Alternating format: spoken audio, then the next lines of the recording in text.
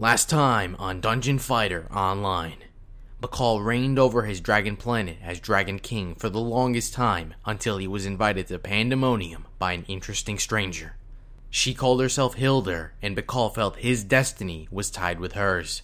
Accepting the offer to move to Pandemonium, Hildur revealed to Bakal that he was an apostle and that there were others just like him. After Bakal settled nicely in Pandemonium, he even met someone he could almost call a friend, Luke. But not everything was as peaceful as it seemed. Bakal received a prophecy from Luke, and there he learned he was going to die sometime in the future. Shortly thereafter, he discovered Hildur's plans to revive Pandemonium to its former glory, but at the cost of the apostles and the current universe. Unsettled but determined, will Bakal find a way to stop Hildur's sinister pursuit, or will he fail and die as the prophecy predicted? Stay tuned.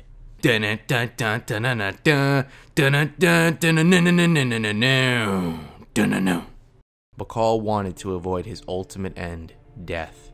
How did one avoid death? Death was a law of the universe. It was an absolute destination. Once you reached it, you won't be coming back. It comes as it pleases, and although many have tried to resist, they all succumb in the end to death's sweet embrace. But Bakal was determined to succeed. It was an incredibly foolish pursuit, but you have to at least give Bakal some credit for even attempting to do the impossible. He had to save the universe after all, and death would not really be doing anyone any favors this time around. He had to figure out a way to avoid death, and he had to do it fast. He didn't know when he would die according to Luke's prophecy after all. It was then that he remembered a legend. The legend spoke of a mystical water that lay hidden within Pandemonium. Water of life, water of eternity. It had many names. Hell, it may not even be water, but rather some kind of ancient tomb. There just weren't enough details on the subject. But one thing was for sure. According to the legends, gaining that water would grant immortality. So Bakal tried to test his luck. He had to find that water at all costs. And the best way to search for some hidden mystical water on the ancient lands of Pandemonium would be to scour the land. Thus, Bakal summoned his entire Dragonoid army and waged a war that would forevermore be known as the Dragon War. But to his dismay, before he even managed to proceed further than one single step in his plan, Hildur already destroyed his entire Dragonoid army. It was almost as if she could predict his every move. Hildur had quickly recruited the rest of the apostles, and with their combined efforts, she put an end to the Dragon War. Bakal briefly lamented the deaths of his dragon men. They could not have faced the apostles, especially not with Cain involved. Bakal was currently cornered and had nowhere to run. He stared at Hildur and the others. After a short moment, Hildur finally spoke. Trying to dominate Pandemonium alone, just for the water of life? Even the great Dragon King could not have faced all the apostles at once. This is unlike you, Bakal, to do something so foolish. Yes, well, I wasn't planning on fighting everyone, Bakal replied as calmly as he could. Although outwardly he looked calm, internally he was panicking. He was surrounded by Hildur and her mages, and many of the apostles as well. The situation was really bad, and he didn't know what to do about it. How did Hildur manage to convince all the apostles to work against him? If I managed to obtain the water of life, I think something a little more fun would have happened. But I am touched by how fast you reacted when I had done so little, Hildur. Let's not waste our strengths fighting each other. We know what the outcome will be if you continue to struggle, Hildur said. Just surrender, Bakal. When Pandemonium collides into another planet, we will release you there. If you wish, we can even return you to your home planet. All you need to do is stay under custody in peace. It's not such a bad deal if you think about it. Custody of peace? Bakal could not help but smile. Who did she think she was going to fool with her words? He knew Pandemonium had not moved for decades, and the possibility of it crashing into his home planet was near zero.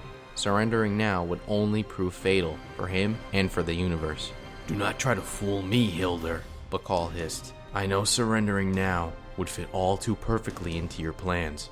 After a brief moment of silence, Bakal continued. But at least answer me this. Why do you not kill me? I might have some mercy left in me, Hildur replied. It was then that it struck Bakal. Why did they not kill him? That was the wrong question to ask. Bakal reached a frightening conclusion. What if they just could not kill him? He remembered a line from a legend. We will not bring death upon ourselves. Bakal did not miss Hildur frowning at his mumbling.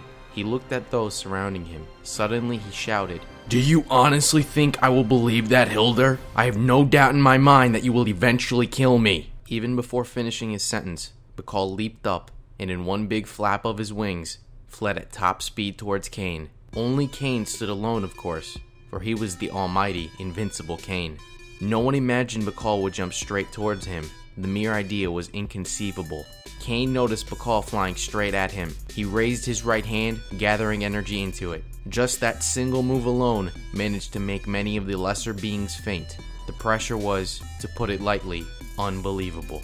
The ground shook, and it was as if the heavens themselves were granting judgment. Before Bakal collapsed onto Cain, Cain swung his arm forth, but suddenly stopped. Cain frowned. He looked towards Bakal and quickly dodged to the side. With the route now open, Bakal fled. All were dazed. What in the world just happened? They could not react. Cain, the invincible, the almighty, failed to stop Bakal from fleeing. They looked to where Bakal fled, then at Cain and at Hildur. Even Cain seemed confused. He looked at his right hand, turning it back and forth. Even he could not understand his own actions.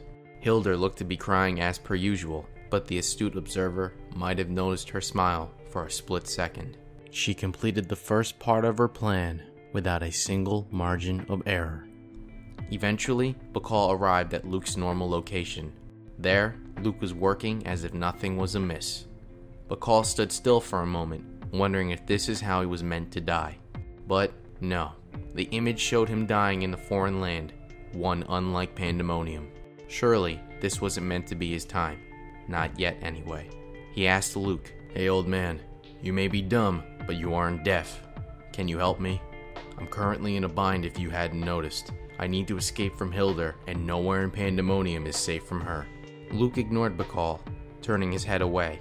Luke seemed to be looking at some faraway place. Old man, why are you so cheaply avoiding my gaze? Maybe he really is deaf. Bakal mumbled. What is he even staring at? Bakal turned his head and saw a faint light. Is that a tower? That normally wasn't there. Immediately, Bakal flew towards it. The tower was a grand sight. It pierced the skies of Pandemonium, and it was no stretch of the imagination to say it might not have an end. Maybe this tower is connected to another world, Bakal thought. In fact, the tower seemed to have a mechanism that, if not shown from the proper angle, could not be seen at all. That sly old man, he managed to make a route to come in and out of Pandemonium, all the while hiding the fact all along. That was an incredible feat. Bakal returned to Luke. Now I know you are with me. I'm surprised you managed to keep something this huge a secret, old man. Surprised and impressed. I do not know where this leads to, but it sure as hell can't be worse than here. Bakal suddenly felt emotional. It was an alien feeling for him, having someone actually on his side for once. Now that I think about it, when I was young, I fought alone, and when I became a king, I was still alone. No one was truly by my side, so I am thankful. Bakal took a deep breath. So, are we friends, old man? Bakal placed a hand on Luke's shoulder. He stared down at Luke for a little while, and then spoke. But you know, I was thinking. Bakal's smile suddenly became fierce. What if you are not a true prophet, but rather just doing as Hildur had commanded? I mean, it might seem like you were predicting the future all along, but perhaps that was actually part of Hildur's script to make me act the way I did. Luke did not move, nor did he speak. Bakal observed his reaction and laughed. If that's the case, then I hope you helping me flee is also part of that script. I might just survive. The future has not yet been decided. What will Bakal do next? Is Luke truly a friend, or is secretly a foe? Will Bakal manage to figure out how to stop Hildur's plan in time? Find out next time on Dungeon Fighter Online. Dun